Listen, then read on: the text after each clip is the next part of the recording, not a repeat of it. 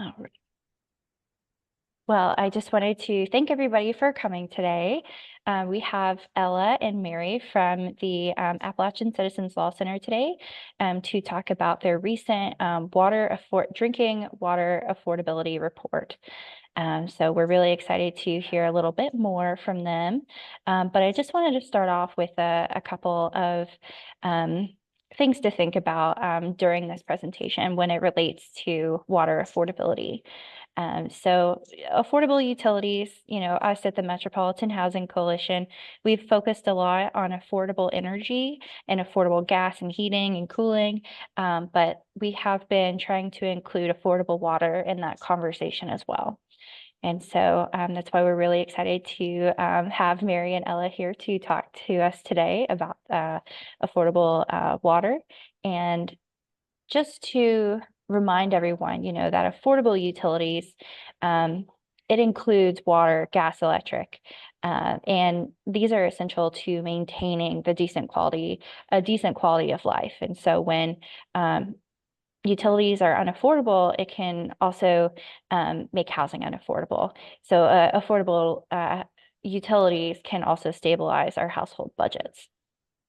It's also utilities and housing are deeply interconnected. And from reading the report that ACLC produced, I think it was 2023, is that right? Mm-hmm. Yes. It's very clear that it's becoming increasingly difficult for consumers to be able to pay their water bill. And so a lot of folks are left having to make that difficult decision between wanting to, pay their water bill, something that is a basic human need, water to live, and other household essentials.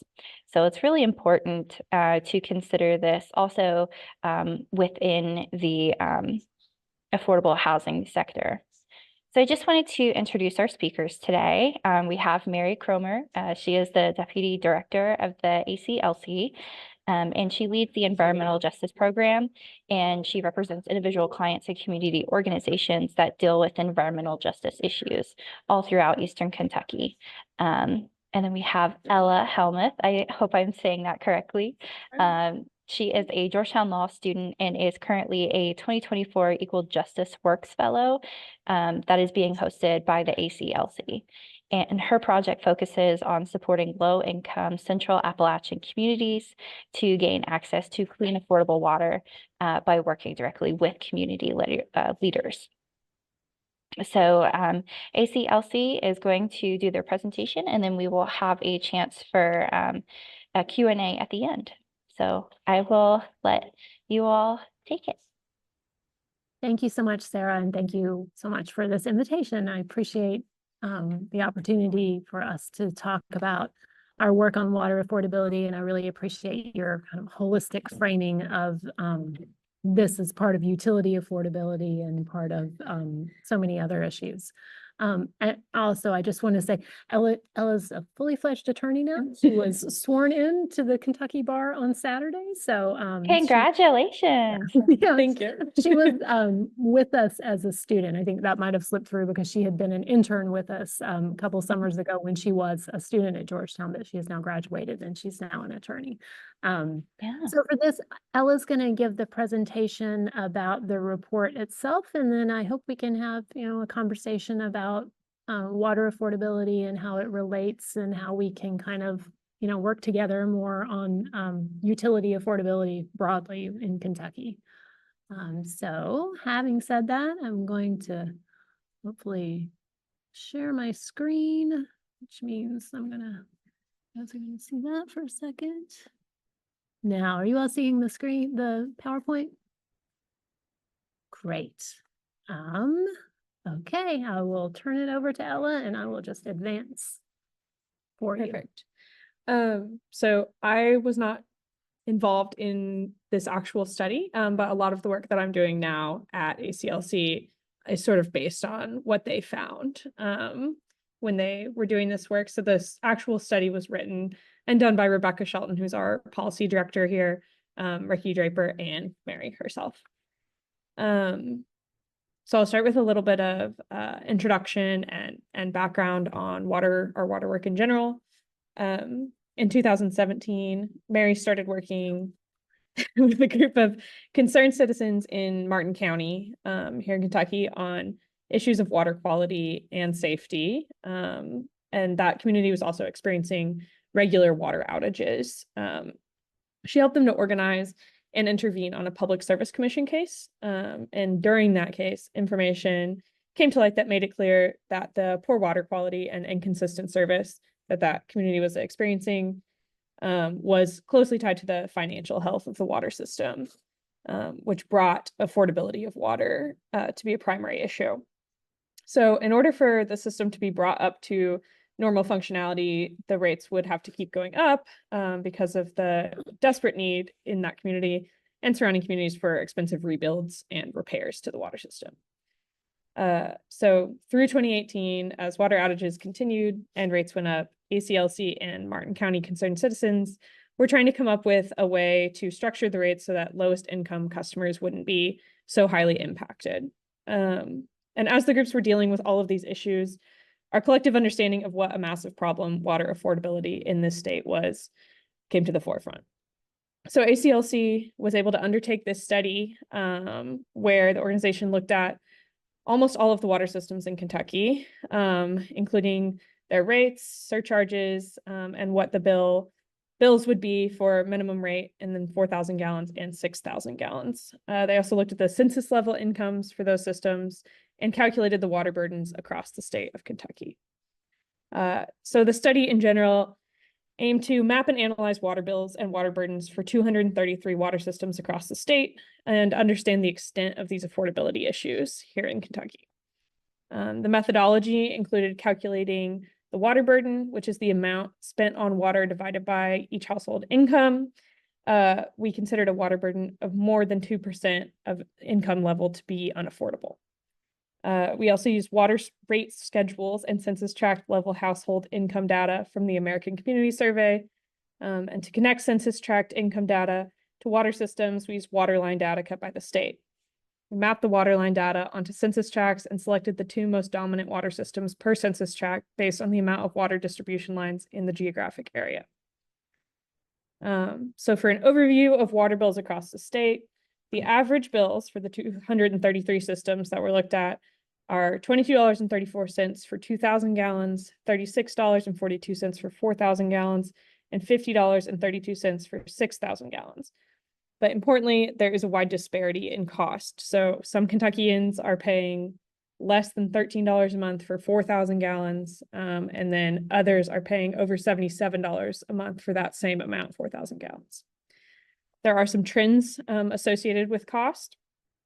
So Public Service Commission regulated systems tend to be more expensive than unregulated systems. Smaller systems generally have higher costs than larger systems, and systems with declining block rates often have higher minimum bills. So this is a map of water bills at 4,000 gallons, showing the distribution of usage across Kentucky. As you can see, water systems with the largest bills are primarily located in eastern and western Kentucky. And the geographic pattern there is going to be important to keep in mind as we discuss burden. So here's the water burden at 4,000 gallons. This considers both the cost of water and household income. The water burden, like water bills, is highly variable across the state. There is a 20-fold difference between areas with the highest and lowest burdens, so significant difference. And at 4,000 gallons of usage, using the median household income to calculate burden, water is considered unaffordable in over 50 census tracts. Again, this means that more than 2% of the median household income is spent on water in these areas. Most of these high burden areas are in eastern and western Kentucky, correlating with lower median household incomes, but 75% of these tracts also have water bills higher than the state average, which indicates that high water burden is not just an income problem, but also a water problem. So here's the first quintile burden at 4,000 gallons. To better understand affordability for lower income households, we looked at the first income quintile. For households at the top of the first quintile income range, 4,000 gallons of water is unaffordable in approximately 70% of census tracts across the state. In some cases, these households are spending 10% or more of their income on water. This highlights that water affordability is a widespread issue, but especially for lower income households. We also examined the water burden at a lower usage rate of 2,000 gallons. And even at that low usage rate, there are 5 census tracts in the state where water is unaffordable for households earning the median income or less. These areas could be considered the most burdened in the state, which is underscoring that in some areas, water is unaffordable even if people are using it very conservatively. An interesting finding from the study is the potential for targeted solutions in the form of low-income rate structures. Many highly burdened census tracts are in water systems with highly variable household incomes. For example, 4 of the most burdened census tracts lie within water systems where the system level median household income is well above the state's average. This suggests that water systems like these could address affordability issues by implementing low-income rate structures where a water utility charges lower prices for water to customers with less money. Our recommendations based on the study include establishing a permanent federal customer assistance program, better targeted federal grant funding to disadvantaged communities, creating a cabinet level initiative in Kentucky focused on water affordability, increasing investments in struggling systems and heavily burdened communities, and encouraging rate structures that address affordability. So benefits to utilities of low-income discount programs and low-income rate structures include affordable rates, which allow for better bill collection. So you're more likely to be able to pay your water bill. This reduces costs related to disconnections, arrearages, and bad debt. These programs can actually improve a utility's financial health. The National Resources Defense Council offers a water affordability business case tool to help utilities implement affordable rate structures. This tool helps utilities model using discount rates. Free technical assistance is available from the University of North Carolina's Environmental Finance Center. Greater Cincinnati Waterworks is already using this tool and has said that they are willing to share their experience, and it can be accessed at the QR code here on the slide. Thank you for your attention. Our study highlights the complex nature of water affordability in Kentucky and the need for targeted innovative solutions. We hope these findings will inform policy decisions and inspire action to ensure that all Kentuckians have access to affordable and clean water. And Mary is going to take your questions. Thank you so much, Ella. Good job. Great. So yeah, I hope I hope this was useful information, and I'd like to dig in a little bit. I know most of you, are all of you in Louisville, or? I believe every one of us here is from Louisville. Yeah. Okay. Yeah. So, I mean, it's interesting to think about this in the context of Louisville, because it's not a PSC regulated system, but I'd just be interested in what you all know about how the utility in Louisville is dealing with unaffordability, because when I've talked to them once, and they pointed out that they have a seniors discount rate program that they have recently started, and so that's their kind of foray into the low income rate world, and it's the only place in Kentucky that I know is doing any level of low income rates. So sorry I'm deflecting, I guess. Ella said I will answer questions, and I'm asking a question. I guess I'm just wondering if you all know anything about the rate structure, the senior rate that Louisville provides, and if it's well subscribed, and if there's a push for more. I personally don't have too much experience with it. So for context, the Metropolitan Housing Coalition, we launched in April our new affordable energy program. And so a lot of what we focus on is energy, and we've been trying to dip our toes, as to say, in the water world of it. And so we are very interested in how, drinking water affordability, what it looks like in Louisville, and what are the, programs or different organizations in place that try to keep it affordable.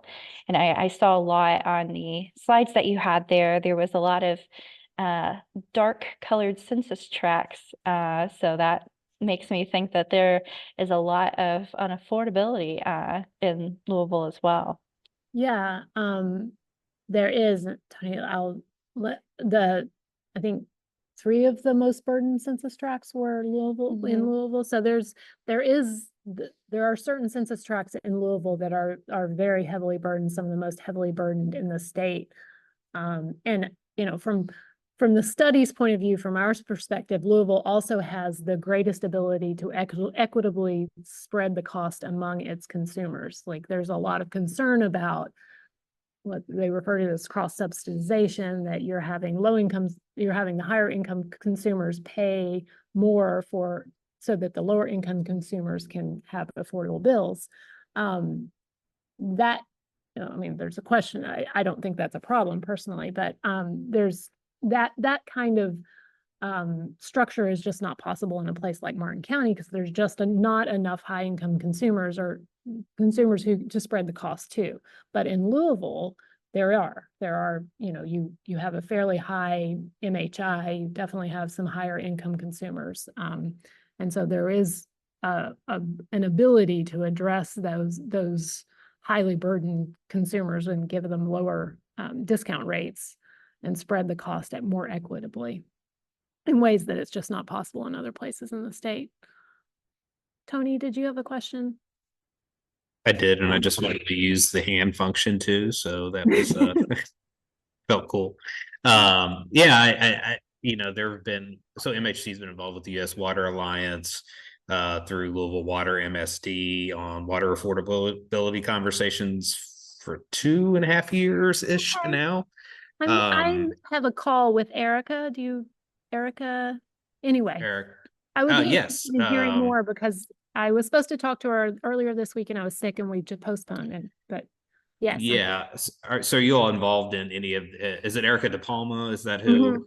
Yes. Okay, yeah. So we've been the community partner with Louisville Water and MSD on Louisville One Water, looking at water equity, looking at water affordability issues.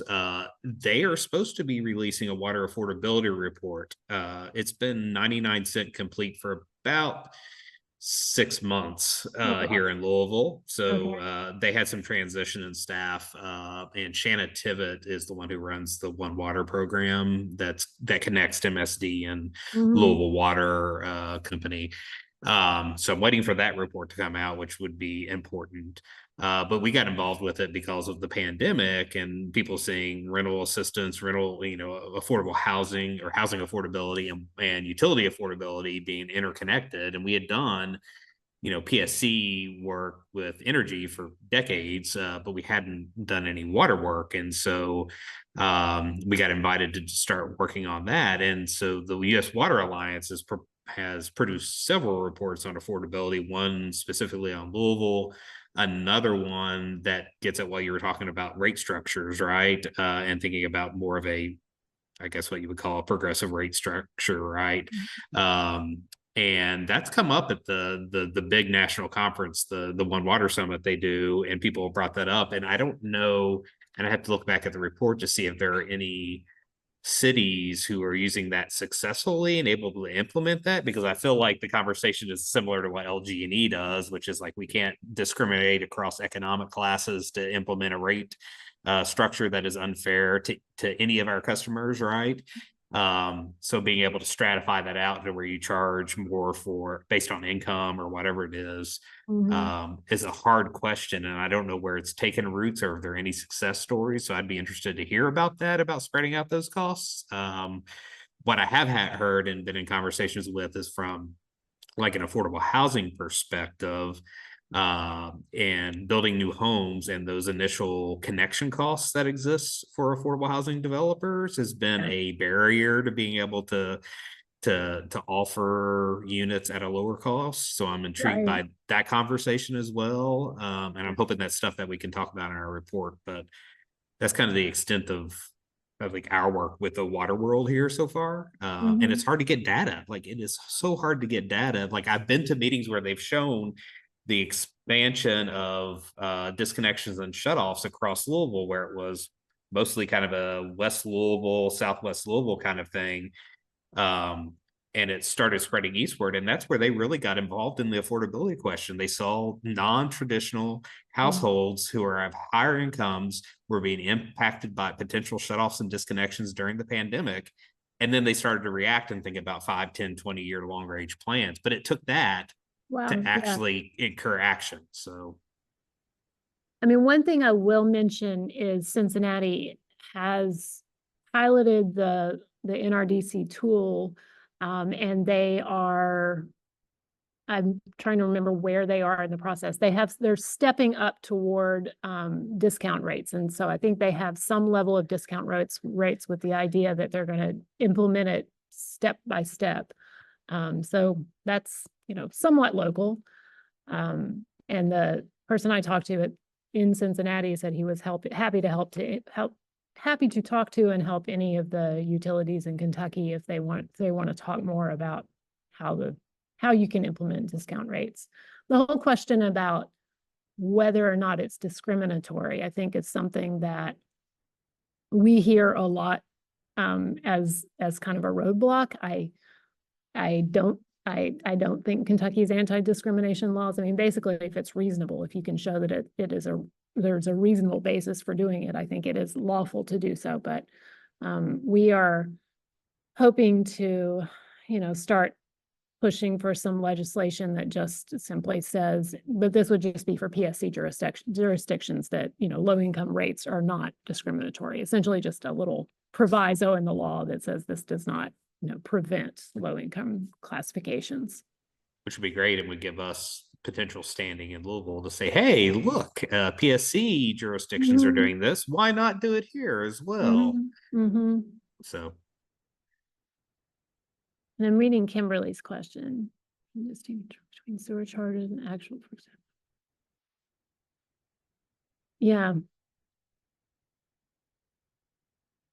Yeah, I think the sewer charge, we were just looking at water rates, but I know just in talking to people in Martin County, it's the same, that the sewer rate is a multiple of the water rate of the water usage. So you pay, whatever the multiple is, and it can make the bill more than double in Martin County. So over 2/3 of the water bill is sewer. So yeah, we did not look at that, but I think that's a place where, yeah, the issues are even more complicated because so many sewer systems are in such bad shape. I think even more so than water, and they're under consent decrees, and they have to spend a lot of money to come into compliance, and that money is being, they're getting the money from rates. And so I think that's a big thing that we didn't consider, but needs to be considered. Along those lines, I just also want to say another thing our report does not consider at all that is a huge issue is the cost of bottled water, because for so many of these systems, they're in areas where the water has been so intermittent or so unsafe for so long that everyone is essentially relying on bottled water, and that's just an additional cost for those families. I will say that I do have a lot of family in Martin County, Kentucky, and they have to go into West Virginia to buy bottled water, to buy jugs of water, to be able to bathe with, to cook with, to drink. And it's just an added charge that can make other household expenses so unaffordable. Mm-hmm. And I think here in Louisville specifically, we're very lucky to have amazing drinking water. I personally love Louisville water. It tastes great. And I can, drink it from my tap, and I don't have to worry about what's in it. And we had a recent fair that we did at the Americana Community Center, where a lot of immigrants and refugees will go through them to take JCPS classes. And at this energy efficiency fair that we had the water company with us.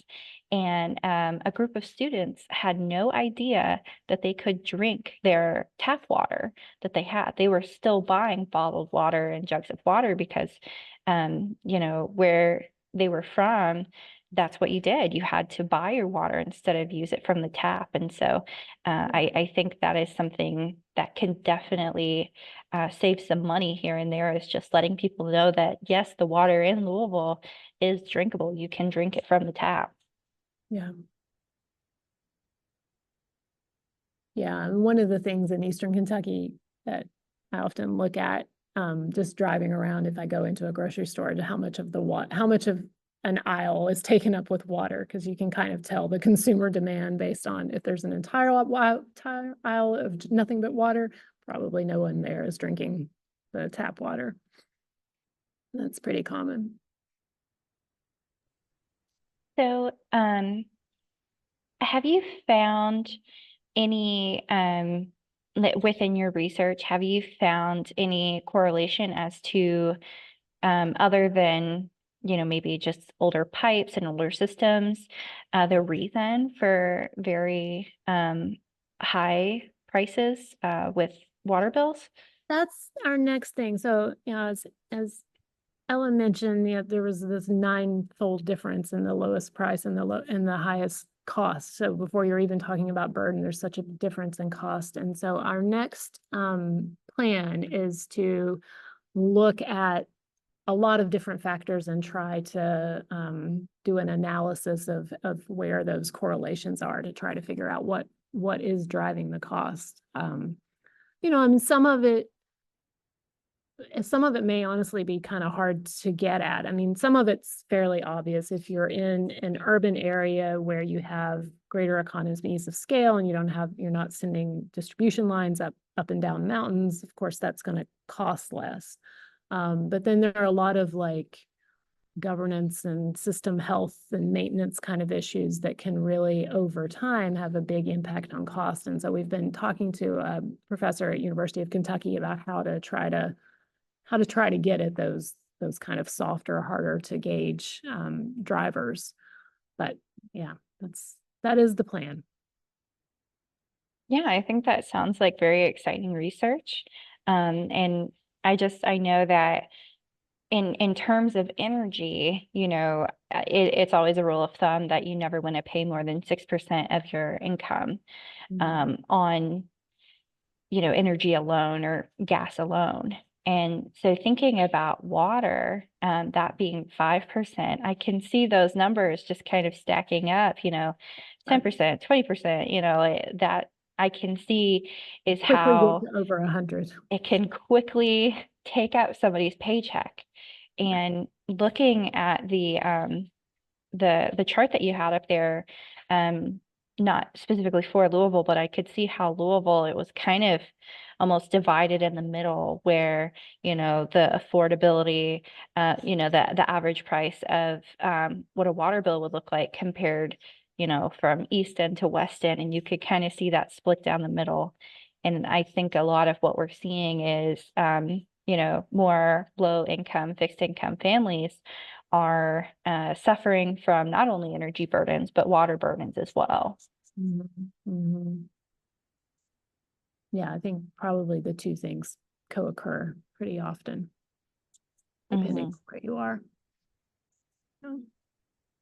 So other than that toolkit, do you have any other suggestions or recommendations to mitigate? I mean, we would really like, and I know you and I have talked about this, Sarah, we would really like to get the state to focus more on water affordability. I mean, energy affordability has been a conversation at the state level for a long time, and the cabinet's had a energy affordability work group. I mean, it does, you can say different things about it, but it has at least existed for some time. But it seems, we just feel like we haven't been able to get much traction on, on consideration of it as an issue at the state level. And so we're really hoping that we can, just with like making partnerships like we are here, networking, and just start kind of elevating the issue and making noise here and there. And hopefully, at some point it will reach a critical mass and get the state to start addressing it. Because I think it really, I mean, there's there are things you can do at the local level with rate structures, but so much of this is about sort of state policy and infrastructure and funding and, you know, things that cannot be addressed at the local level. Mhm. I wonder if, do you know if IRA funds would be able to be used for water affordability? I know that there are some programs that are focused more on efficiency within the home, and I feel like there may be some tie to water in there.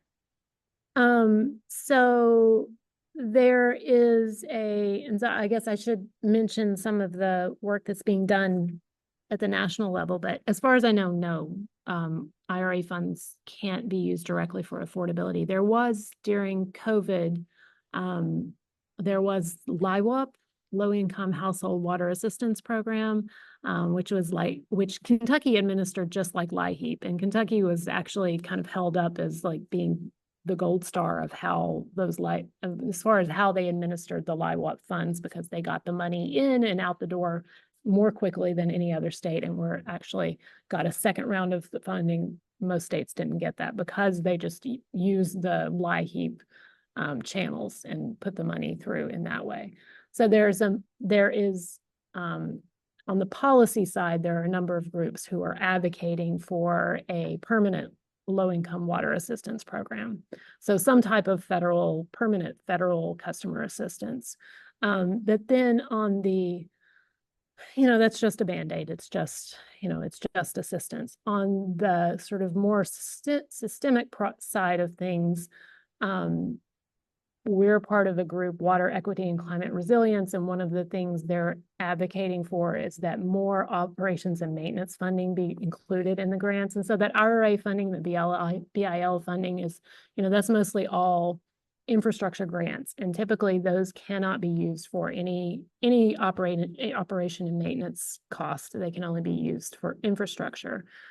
So we're advocating that there be included in those grants to disadvantaged communities some amount for O&M for basically what it costs to administer and run the infrastructure that is built, with the idea that that's the way you're going to get rates down, that's the way you're going to impact the actual yearly revenue needs. You know, infrastructure improvements over time will bring down the cost. Ideally, if you fix a system, you know, and get it running more efficiently, the cost will come down, the rates will come down, but that time scale is just too long to deal with the affordability issues we have. Mm-hmm. Do you know what the workforce looks like currently? It's terrible. Terrible. There was I mean, just there was a study on Kentucky water and wastewater workforce issues that I believe came out last fall. I'm blanking on who did the study, but it was a fairly comprehensive study across the state, and it was just the rate, and this, it's so everything gets sort of tied in together. Basically, there's, you know, so many people are retiring. It's an aging workforce. The rates are so low, or the pay is so low that many people aren't, you know, it's not a very attractive workforce. I know in Martin County, people talk about it, you know, they can make more money at McDonald's than they can for working for the water district, and they don't have to deal with the, you know, angry customers all the time if they're working for McDonald's. So it's that is a big part of the problem, and it's something that is discussed a lot in the conversations around water. Mm-hmm. Yeah, I know that's a really big topic when talking about all of these different funds that are coming, all of the different programs that are popping up, just how, you know, knowing what we need to do, but having that ability, that time, those incentives to get people into that workforce. Right. So that if we wanted to do energy efficiency upgrades in the home, if we wanted to have people that are, you know, replacing old leaky pipes, it's, you know, incentivizing people to get into that field. Right. And I was at a conference in North Carolina on Friday, and one of the groups that was talking was one of the labor groups, and they had been working in Lowndes County, Alabama, and they had brought in essentially like a plumbing workforce to do, I mean, and this takes a lot of funding, but they brought in a plumbing workforce to help the community address a lot of the sewage issues that they have there in Lowndes County. And they were partnering with the community college and doing mentorship programs. And, you know, they had this whole program to develop a local workforce to address the issues. And it sounded, you know, in the presentation, it sounded wonderful. And the whole time I was just thinking, I wish we could do something like that for Martin County. But it has to be sustainable. You know, you have to, I don't know what the answer is, because you can't be paying people, you know, $12 an hour for a job that's dangerous and Backbreaking work, yeah. backbreaking work. But at the same time, you can't afford to pay them more, because then the rates will go up. Mm-hmm. Yeah, so it's a tricky problem. I feel how that's a catch-22 there. Yeah. Well, I know I've asked plenty of questions. I want to still open the floor if anybody else has any.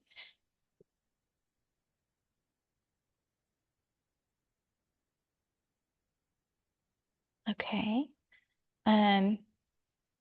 Well, I wanted to thank you all so much for coming and talking with us about your recent report, and, you know, just candidly talking to us about water affordability and, you know, what that truly means. And I wanted to conclude with asking if you had any specific advice or directives that somebody in a low-income community could take advantage of to start advocating for more water affordability? Well, I mean, community, I think a lot of the good that has come in Martin County, and it is a long road, but a lot of the good work that has come about in Martin County started with Facebook organizing, and just the basic power of organizing and lifting up many voices. So I would say, you know, if that person could start talking to others in the community who have similar concerns and get some organizing going, and then start reaching out to groups that have been dealing with it and who may have some suggestions on what they can do. I mean, we're happy at ACLC to talk to anyone and to see if we can help, and if we can't, try to connect them with other people. You know, I think this is not a problem that this is a problem that many communities are dealing with, and the more that we can get community members to stand up and start making some noise about it, the better off we will be at trying to get some of these issues addressed. Yeah, absolutely. I think also like know your rights education, that I think that's particularly in PSC regulated areas, because there is a customer bill of rights, but I would imagine somewhere like Louisville has bylaws in place for the water board, or the city council has done something related to that, the Metropolitan Council. Because there are, in a lot of places, you know, you have a right to like work out a deal with your water bill rather than get disconnected, or different things like that I think people just don't know about and are likely to get disconnected or get way behind and in debt to the water company. Mm-hmm. Yeah, I really do think that it starts with community organizing and just talking with your neighbors.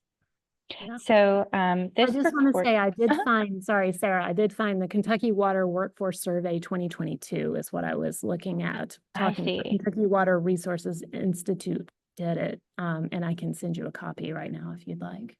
Absolutely, yes, and we'll share that out. Thank you for sending that.